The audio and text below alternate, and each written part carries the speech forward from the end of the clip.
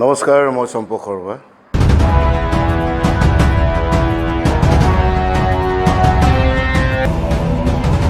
দানৱৰ অত্যাচাৰত পৃথিৱীত মানুহৰ শান্তি নোহোৱা হৈছে। পৃথিৱীত শান্তি প্ৰতিষ্ঠা কৰিবলৈ সদাশিৱই মোক কাল ৰূপ ধাৰণ কৰিবলৈ কৈছে। মহাকাল মত ইউটিউবৰ এটা বিশেষ চেনেল ৰং ডিজিটেল মিডিয়া, মোৰ ফালৰ পৰা আন্তৰিক অভিনন্দন জনাইছোঁ। তেওঁলোকৰ লগত মই বৰ্তমান উপস্থিত আছোঁ। চেনেলটোক আপোনালোকে ছাবস্ক্ৰাইব কৰক, চেনেলটো চবকে চাওক। তেওঁলোকে নতুন উদ্যমী যুৱক আগবাঢ়ি আহিছে সাংস্কৃতিক পথাৰখনৰ লগত জড়িত কিছুমান মানুহৰ ইণ্টাৰভিউ লৈ। গতিকে আশা কৰিছোঁ আপোনালোকে চাই চেনেলটোৰ উদ্যোক্তাসকলক উৎসাহিত কৰক। হেল্ল' মাজনী শুনিছনে তই, ঈশ্বৰৰে কৃপাত ভালে আছো মই। বহুদিন হ'ল তোক দেখা নাই, তোলৈ মনত পৰি চকুলো নাই। প্ৰথমে আপোনাৰ সম্পূৰ্ণ পৰিচয়টো দিব। মই চম্পক শৰ্মা। মোৰ জন্ম ডাঙৰ দীঘল মই গোলাঘাট জিলাৰ উষা চাহ বাগিচাত। বৰ্তমান মই গুৱাহাটী নিবাসী। ডাউনটাউনৰ পিছফালে মোৰ ঘৰ, মোৰ পৰিয়াল, মোৰ পত্নী, মোৰ দুজনী ছোৱালী আছে। আৰু বৰ্তমান মই ভ্ৰাম্যমাণ থিয়েটাৰৰ লগত জড়িত। আজি 29টা বছৰ সম্পূৰ্ণ কৰি 30 বছৰ চলি আছে একেৰাহে ভ্ৰাম্যমাণ থিয়েটাৰ। আৰু এজন অভিনেতা হিচাপে কি কৰিব পাৰিছোঁ নাজানো, কিন্তু ৰাইজে অভিনেতা বুলি ক'ব খোজে। লগতে 2-এখন নাটকো লিখিছোঁ, নাট্যকাৰ হিচাপেও অকণমান পৰিচিত। 2-এখন নাটক ডাইৰেকশ্যনো কৰিছোঁ। হ'লেও এতিয়াও ফুল ফ্লেজড হ'ব পৰা নাই। প্ৰয়াস কৰি আছোঁ, চেষ্টা কৰি আছোঁ, চাওঁ। আপোনাৰ শিক্ষা জীৱনৰ বিষয়ে অলপ ক'ব। মই ছায়েন্স গ্ৰেজুৱেট। মই প্ৰথম মোৰ শিক্ষা আৰম্ভ হৈছিল উষা চাহ বাগিচাত। SSLC কমপ্লিট কৰি মই যোৰহাটলৈ আহিছিলোঁ। যোৰহাট গভটত মই হায়াৰ ছেকেণ্ডেৰী কমপ্লিট কৰিলোঁ। হায়াৰ ছেকেণ্ডেৰী কমপ্লিট কৰি মই থিয়েটাৰলৈ আহিছিলোঁ, যাৰ কাৰণে মই থিয়েটাৰত কিন্তু মই নাথাকিলোঁ। এদিন থাকি পেলাই গুচি গ'লোঁ। গৈ আকৌ মই ডিগ্ৰী এডমিশ্যন ল'লোঁ। মই ডিগ্ৰী পঢ়িছিলোঁ তিতাবৰ NN শইকীয়া কলেজত। তাৰ পৰাই মই BSc কমপ্লিট কৰিছিলোঁ। চম্পক দা, আপুনি অসমীয়া চলচ্চিত্ৰ জগতৰ এজন অভিনেতা হিচাপে হিন্দী চিনেমা জগতৰ কোনজন অভিনেতা আৰু কোনজন অভিনেত্ৰীক বেছিকৈ ভাল পায়? সঁচা কথা যদি কওঁ, মোৰ তেনেকুৱা পাৰ্টিকুলাৰ তেনেকুৱা এক্টৰ এক্ট্ৰেছ বুলি নাই। কোনোবা এখন চিনেমাত কাৰোবাক খুব ভাল লাগে, কোনোবা এখন চিনেমাত হয়তো মই তেওঁক বেয়াও পাব পাৰোঁ। গতিকে অন্ধভাৱে কাৰোবাক ভাল পাওঁ এনেকুৱা ধৰণৰ আৰ্টিষ্ট মোৰ কোনো নাই। পাৰ্টিকুলাৰ মই প্ৰায়খিনি শিল্পীকে ভাল পাওঁ। তেওঁলোকৰ কিছুমান চৰিত্ৰ, কিছুমান ফিল্মে খুব আপ্লুত কৰে।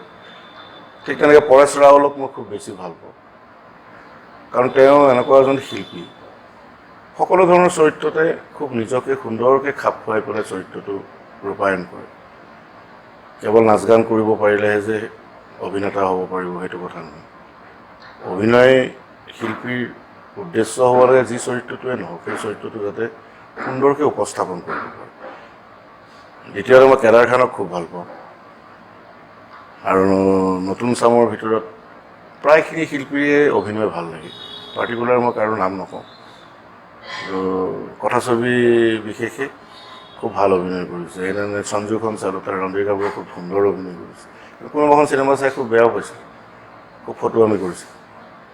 কিন্তু তাইক তেনেকুৱা কেৰেক্টাৰ লৈহে মোৰ ভাল লাগে। চম্পক দা, আপোনাক দৰ্শকে সুধি আছে, অভিনয় জগতখনৰ প্ৰথমটো খোজ আপুনি ক'ত কেনেকৈ পেলাইছিল? প্ৰথম অভিনয় কৰিছিলোঁ মই একচুৱেলি 7 বছৰ বয়সতে। সেইটো মোৰ অভিনয় জীৱনৰ প্ৰথম খোজ। মই উষা চাহ বাগিচাত য'ত মোৰ জন্ম হৈছিলোঁ, তাতে আমাৰ এখন স্থায়ী মঞ্চ আছিল। সেই মঞ্চখনতে মই প্ৰথম জীৱনৰ অভিনয়ৰ প্ৰথম খোজটো দিছিলোঁ। তাত এখন একাংকিকা নাটক আছে। কিন্তু সংলাপ নাছিল মোৰ।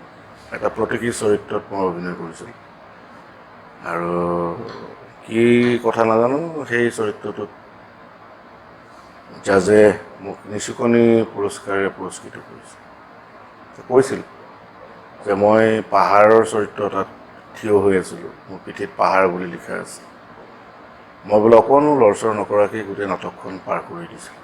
সেইটো কাৰণে হয়তো মোক নিচুকনি বঁটাটো দিছিল। সেয়াই মোৰ অভিনয় জীৱনৰ প্ৰথম খোজ।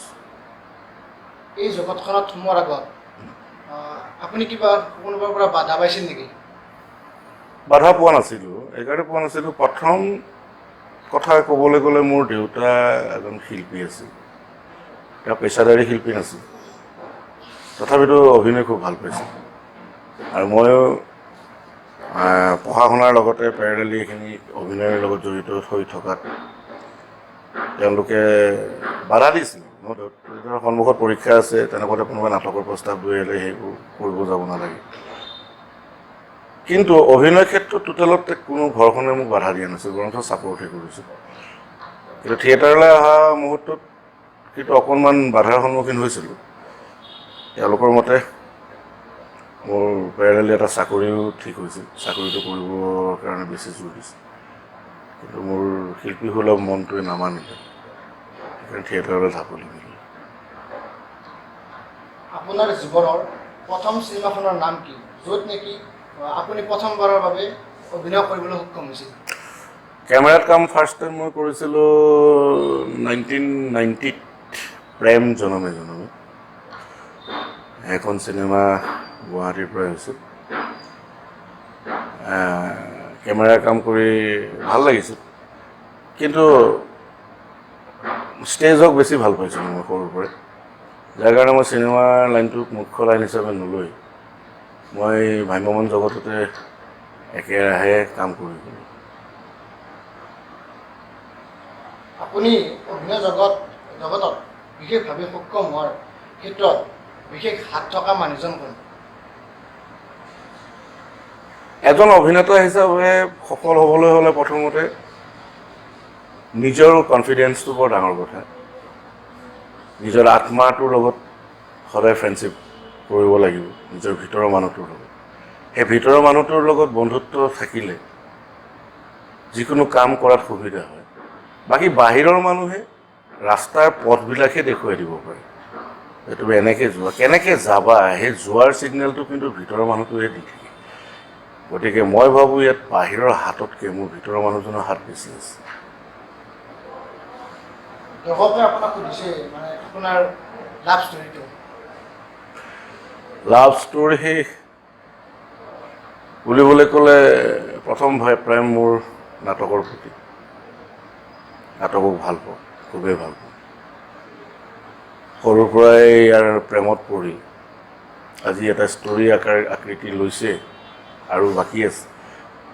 দ্বিতীয়তে মোৰ সাংসাৰিক জীৱনৰ কথা যদি ক'ব খোজে, সেয়া মোৰ পৰিবাৰ মিতালী শৰ্মা, তেখেত বৈশ্য আছিল। তেওঁৰ লগত মোৰ চিনাকি আছিল ডক্টৰ ভৱেন্দ্ৰনাথ শইকীয়াৰ আৱৰ্তন চিনেমাখনৰ শ্বুটিঙৰ সময়ত। এইটো 1992ৰ কথা। কিবা এটা ভাল লাগিছে। সেইভাৱে 1997ত মই তেওঁক বিয়া কৰাওঁ। আজি বিয়া হোৱা আমাৰ 20 বছৰ হৈ গ'ল।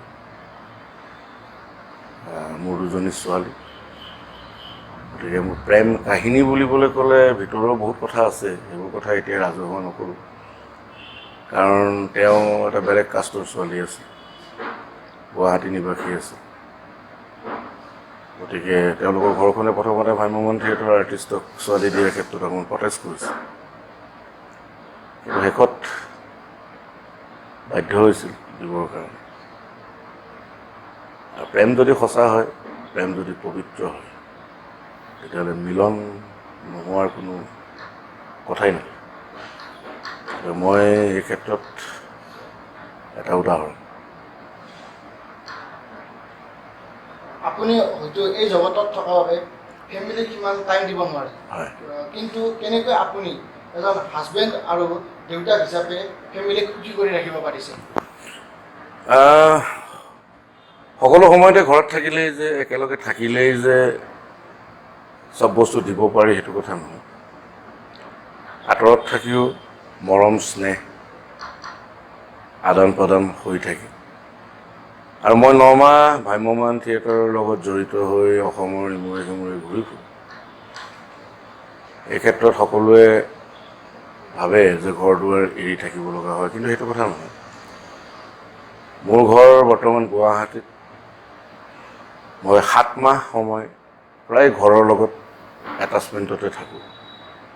2 দিন যাব পৰা নাই, 3 দিন আছোঁ ঘৰত, আকৌ হয়তো এসপ্তাহ ঘৰলৈ যাব পৰা নাই, আকৌ 3 দিন গৈ আছোঁ। এনেকুৱা ধৰণকে থকা যায়। বেলেগৰ দৰে ধৰক ৰাতিপুৱাৰ পৰা গধূলিলৈকে বা ৰাতি সকলো সময় মই দিব পৰা নাই যদিও তাৰ মাজেদি তেওঁলোকৰ প্ৰতি মোৰ দায়িত্বৰ পৰা মই কেতিয়াও আঁতৰি ফুৰা নাই। মই নাটকৰ মাজত থাকিও মোৰ পৰিয়াল মই পেৰেলেলি চলাই গৈছোঁ আৰু সুন্দৰকৈ চলি আছোঁ। এই ক্ষেত্ৰত মোৰ পৰিবাৰে যথেষ্ট মোক ছাপোৰ্ট দিয়ে। আজি মোৰ 2জনী ছোৱালী, ডাঙৰজনী এইবাৰ হায়াৰ ছেকেণ্ডেৰী ফাইনেল দিব। কিন্তু বাপেক হিচাপে যিখিনি সময় মই দিব লাগিছিল এই মুহূৰ্তত সেইখিনি মই দিব পৰা নাই। কিন্তু তাৰ কমি কিন্তু মোৰ পৰিবাৰে কেতিয়াও অনুভৱ কৰিবলৈ তেওঁলোক দিয়া নাই ছোৱালীজনী। এই ক্ষেত্ৰত মোৰ মিছেছক মই থেংকছ দিব লাগিব। আৰু এই ছাপৰ্টখিনি দিয়াৰ কাৰণে হয়তো মই সমকক্ষভাৱে নাটক কৰি থাকিব পাৰিছোঁ। হয়তো ঘৰুৱা যদি বেছি প্ৰেছাৰ থাকিলেহেঁতেন তেতিয়া হয়তো এইখন জগতত মোৰ অকণমান কাম কৰাত অসুবিধা আহিলেহেঁতেন। কিন্তু মই কোনো অসুবিধা নোহোৱাকৈ 2খন সংসাৰ মোৰ ভালকৈ চলি আছে। ভ্ৰাম্যমাণৰ সংসাৰখনো চলি আছে আৰু মোৰ নিজৰ ব্যক্তিগত সংসাৰখনো চলি আছে। আপুনি নাটক লিখাৰ উপৰিও আপুনি অভিনয় কৰা আনে লিখা নাটক কোনোবা এখন আছে নেকি যিখনে আপোনাৰ মনত দকৈ সাঁচ বহুৱাই থৈছিল? বহুত নাটক আছে। মই 1989 চনত থিয়েটাৰলৈ আহিছিলোঁ, কিন্তু মই নিজে নাটক লিখিবলৈ লৈছিলোঁ ভ্ৰাম্যমাণৰ কাৰণে 1997 চনৰ পৰা। তাৰ আগতে মই বহুতকেইখন ভাল ভাল নাটক কৰিছোঁ, এতিয়াও কৰিছোঁ বেলেগ নাট্যকাৰৰ নাটক। তাৰমানে মুনীন বৰুৱাৰ নাটক আছিলে শেষ ভাওনাৰ ভাৱৰীয়া, অজাত শত্ৰু, খালনায়ক, দাগ যিখন চিনেমা হ'ল সেইখন আমি কৰিছিলোঁ, শহুদৰ খুব ভাল স্ক্ৰিপ্ট আছিল। ভৱেন্দ্ৰনাথ শইকীয়াৰ বহুতকেইখন নাটক কৰিছোঁ মই। সমুদ্ৰ মন্থনৰ পৰা আৰম্ভ কৰি বৃন্দাবন, পাণ্ডুলিপি, ৰাম্যভূমি খুব ভাল ভাল স্ক্ৰিপ্ট আছে। মহেন্দ্ৰ বৰঠাকুৰৰ খুব ভাল ভাল স্ক্ৰিপ্ট কৰিছোঁ। গতিকে মই নিজে লিখা নাটককেইখনৰ এটাইকেইখন নাটকেই মই ভাল পাওঁ সেইটো নহয়। তাৰ মাজতে মই নিজে ভাল পোৱা নাটকো আছে বাৰু নিজে লিখা। কিন্তু বেলেগ নাট্যকৰ নাটকো মই বহুত কৰিছোঁ আৰু তেখেতসকলেই মোক একচুৱেলি অসমত প্ৰথমতে চিনাকি কৰাই দিছে অভিনেতা হিচাপে। সম্পদা, এই বছৰৰ নাটক 3খনৰ ভিতৰত আটাইতকৈ জনপ্ৰিয় আৰু ভাল লগা ডাইলগ এফাকি দৰ্শকৰ আগত ব্যক্ত কৰক।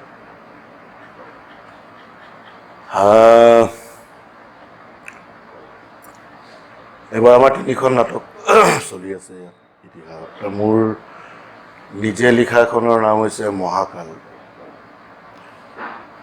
মহাকাল নাটকৰ সংলাপ এটাকে মাতি দিছোঁ বাৰু।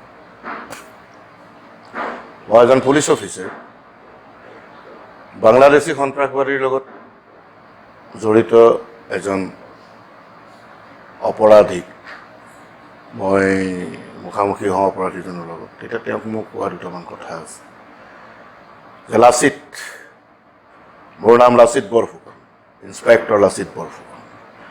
মোৰ ধমনীত মোৰ শিৰা উপশিৰাই দেশপ্ৰেমৰ তেজ বৈ আছে। গতিকে সাৱধান, অসমীয়াক ইমান দুৰ্বল বুলি নাভাবিবি। নিচুকনি গীত গাই খুৱাই থোৱা অসমীয়া আজি সাৰ পাইছে। নিচুকনি গীত গাই খুৱাই থোৱা অসমীয়া আজি সাৰ পাইছে। নাগৰিকত্ব সংশোধনী বিধেয়কে আজি অসমীয়াৰ গাত জোকাৰি গৈছে। কচু কটা দিব, শৰাইঘাটৰ মোগলক যেনেকৈ কাটিছিল ঠিক তেনেকৈ কাটিব, নাবাচিবি। প্ৰথমতে তহঁতৰ দৰে স্বদেশীক যি বিদেশীক বৰপীৰা পাৰি দিয়ে তাহাঁতক খুচি খুচি মাৰিব, গতিকে সাৱধান। চম্পক দা, আপোনাৰ প্ৰিয় খাদ্য কি? অসমীয়াত এতিয়া প্ৰিয় খাদ্য ভাতেই খাওঁ, কিন্তু আজিকালি ভাত কমাই দিলোঁ অলপ শকত হোৱাৰ কাৰণে। তথাপিতো অসমীয়া নিজৰ খাদ্য, থলুৱা খাদ্যখিনি ভাল পাওঁ। বহু ধৰণৰ খাদ্যই খালোঁ জীৱনটোত, কিন্তু নিজৰ অন্নপ্ৰাশনৰ সময়ত খুৱাই দিয়া সেই সোৱাদটো মানুহে কেতিয়াও পাহৰিব নোৱাৰে বুলি কয়। গতিকে ডেফিনেটলি মই নিজৰ অসমীয়া আমাৰ থলুৱা খাদ্যখিনি বেছি ছাপোৰ্ট কৰোঁ। চম্পক দা, আপুনি সৰুতে খেল খেলিছিল। খেলিছোঁ। কি খেল খেলি আপুনি ভাল পাইছিল আৰু কিয়? মই একচুৱেলি খেলুৱৈ নাছিলোঁ, কিন্তু মন এটা আছিল, খেলিছিলোঁ। সৰুতে লগৰখিনিৰ লগত ফুটবল খেলিছিলোঁ। এটা সময়ত মোক ডিফেন্সত খেলিবৰ কাৰণে বহুতে প্ৰেছাৰ দিছিল, 2-এখন খেলো খেলিছিলোঁ। কিন্তু মানুহটোৰ মনটো আছিল নাটকত, গতিকে খেলতকৈ নাটকত বেছি গুৰুত্ব দিছিল। মাজতে অলপ দিন ক্ৰিকেটো খেলিল, কিন্তু সেই আৰু লগত 11টা প্লেয়াৰ, কাৰোবাৰ 10টা হৈ থাকিলে এটা কমি থাকে যে 11 নম্বৰটো মোক কৰি দি, সেই তেনেকৈহে প্লেয়াৰ হয়। বিশেষ মই তেনেকুৱা প্লেয়াৰ নহয়। চম্পক দা, যোৱাবাৰ ৰাজমুকুট থিয়েটাৰত গায়ত্ৰী বৰা নামৰ অভিনেত্ৰীগৰাকীক উলিয়াই দিয়া হৈছিল বা ওলাই গৈছিল তেখেতে। তেতিয়া আপোনালোকৰ কিবা অসুবিধা হৈছিল নেকি? আপোনালোকৰ চকুত দুখী কোন বুলি ক'ব? এইবিলাক কথা আচলতে কি এতিয়া ওপৰে ওপৰে ক'ব লাগিব, অতি ভিতৰৰ কথা কিছুমান আমি নাজানো। তাৰমানে মালিক পক্ষৰ আৰু তেওঁৰ মাজত কিবা এটা ভিতৰি কিবা এটা আছিল এগ্ৰিমেণ্টক লৈ, আগধন দিয়া নিয়াক লৈ। গতিকে সেইবিলাকৰ মাজত মই নাজানো, কিন্তু এজন আৰ্টিষ্ট হিচাপে, ডাইৰেক্টৰ হিচাপে অপেনিং শ্ব' চলাৰ আগমুহূৰ্তত অকণমান বেমেজালিত পৰিণত হৈছিল। এদিন ফাইনেল ৰিহাৰ্চেলৰ সময়ত তেওঁ অনুপস্থিত আছিল। তেতিয়া অকণমান আমি ভয়ো খাইছিলোঁ যে কাইলৈ শ্ব', আজি ফাইনেল ৰিহাৰ্চেলৰ দিনাখন আৰ্টিষ্টগৰাকী গুৱাহাটীলৈ গৈ আহিব পৰা নাই। তাৰপিছত ৰিহাৰ্চেলৰ অপেনিং শ্ব' যেতিয়া পাঠশালাত চলি আছিল, তেতিয়া এদিন গম পালোঁ ৰুমলৈ আহি যে গায়ত্ৰী বৰাৰ লগত প্ৰডিউচাৰৰ কিবা এটা সংঘাত হৈছে, যাৰ কাৰণে গায়ত্ৰী বৰাই প্ৰডিউচাৰৰ নামত পাঠশালা থানাত কেছ দি পেলাই তেওঁ গুচি গৈছে। গতিকে তেনেকুৱা এটা পৰ্যায় যেতিয়া হ'ল, তেতিয়া মই মষ্ট ছিনিয়ৰ আৰ্টিষ্ট হিচাপে এটা কথা চিন্তা কৰিলোঁ যে অপেনিঙৰ পেণ্ডেলতে খেলি মেলি এটা আৰম্ভ হৈছে, গতিকে বিকল্প কিবা এটা ভাবিব লাগিব, নহ'লে গোটেই ইউনিটটোৰ কাৰণে বহুত খেলি মেলি হ'ব। আৰু মালিক পক্ষক কেছ দি পেলাই যেতিয়া ছোৱালীজনী গুচি গৈছে, তাইক আকৌ আনি পেলাই কাম কৰোৱাৰ মানসিকতাটো মোৰ নাছিল, সেইকাৰণে নাছিল। ইমান পৰ্যায়লৈ যেতিয়া গ'ল, গতিকে গোটেই বছৰটো সন্মুখত পৰি আছে, বহুত খেলি মেলি আৰু হয়তো নতুন নতুন তেনেকুৱা পৰিস্থিতি আহিব পাৰে। সেইকাৰণে গোটেই থিয়েটাৰৰ গ্ৰুপটোৱে এখন তেওঁলোকৰ মাজত মিটিং এখন পাতি দিয়া হ'ল। সকলোৱে একেমুখে ক'লে যে সেইগৰাকী অভিনেত্ৰী ঠেক, কোনোবা বিকল্প এগৰাকী বিচাৰিব লাগে। কষ্ট হৈছে অকণমান মোৰ, নতুন শিল্পীগৰাকীক আনি আকৌ শিকাই বুজাই কাম কৰোৱাৰ কাৰণে। গতিকে ইয়াত একচুৱেলি ভিতৰৰ কথাটো কোন দোষী কোন নিৰ্দোষী, এই কথাটো মই এতিয়া ক'ব নোৱাৰোঁ, কাৰণ এখন তাল কেতিয়াও নাবাজে। হয়তো দুই পক্ষৰ মাজত কিবা এটা হৈছে মনোমালিন্য, আৰু তাৰ বিচাৰ কৰাটো মোৰ কাৰণে অকণ প্ৰব্লেম হ'ব। মই ডাইৰেক্টলি আঙুলিটোৱে কৈ দিব নোৱাৰোঁ যে এই ক্ষেত্ৰত আমুকেই দোষী। আপোনাৰ হবি কি? হবি একচুৱেলি মই নাটক লিখিও, নাটক কৰোঁ, গতিকে নাটকৰ মাজতে মোৰ জীৱনটো। গতিকে আজৰি সময়খিনিত মই বিশেষকৈ মোৰ কিছুমান ভাল লগা মুভি আছে, চিনেমা চাওঁ। আৰু অভিনয় বেলেগৰ নাচালে কেতিয়াও নতুনত্বৰ বিষয়ে জানিব নোৱাৰি। বাহিৰৰ জগতখনে অভিনয়ৰ ক্ষেত্ৰত কিমান আগবাঢ়িছে এইবোৰ কথা জানিবৰ কাৰণে আমি বেলেগৰ অভিনয় চাবই লাগিব। গতিকে মুভি চোৱাটো মোৰ এটা হবি বৰ্তমান। কিতাপো পঢ়োঁ, কিতাপ পঢ়াটো আগৰ তুলনাত অকণমান কমিছে এই মোবাইলটো হোৱাৰ পৰা। আজিকালি মোবাইলতে গোটেই বা বাতৰিবিলাক পোৱা যায়, খা খবৰবিলাক পোৱা যায়। গতিকে বেলেগ আৰু তেনেকুৱা বিশেষ বেলেগ হবি নাই। ক্ৰিকেট চাই ভাল পাওঁ, ক্ৰিকেট খেল মিছ নকৰোঁ জেনেৰেলি। তথাপিতো আজিকালি আগতকৈ কমিল। শেষত দৰ্শকে আপোনাক এটা প্ৰশ্ন সুধিছে মানে আপুনি ফিটনেছ কেনেকৈ ইমান হেভি কৰি ৰাখিছে? ফিটনেছটো মানে কি, মোৰ চৰ্বি অলপ বাঢ়িছে আগতকৈ। তাৰমানে মোৰ এনেও শকতৰ টেণ্ডেঞ্চিটো সৰুৰ পৰাই বেছি। খুব কষ্ট কৰি দেহাটো ধৰি ৰাখিব লাগে। তথাপিতো নিজকে ফিট কৰি ৰাখিবৰ কাৰণে খাদ্যখিনি মই অকণমান চাই চিতি খাওঁ।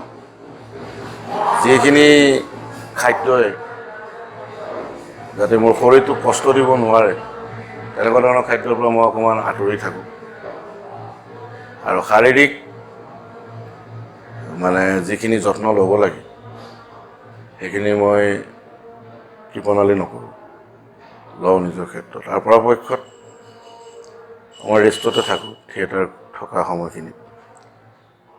এতিয়া বয়সো হৈ আহিছে, গতিকে বহু দিশ সামৰি দেহাটোক বচাই ৰাখিবলগীয়া হয়।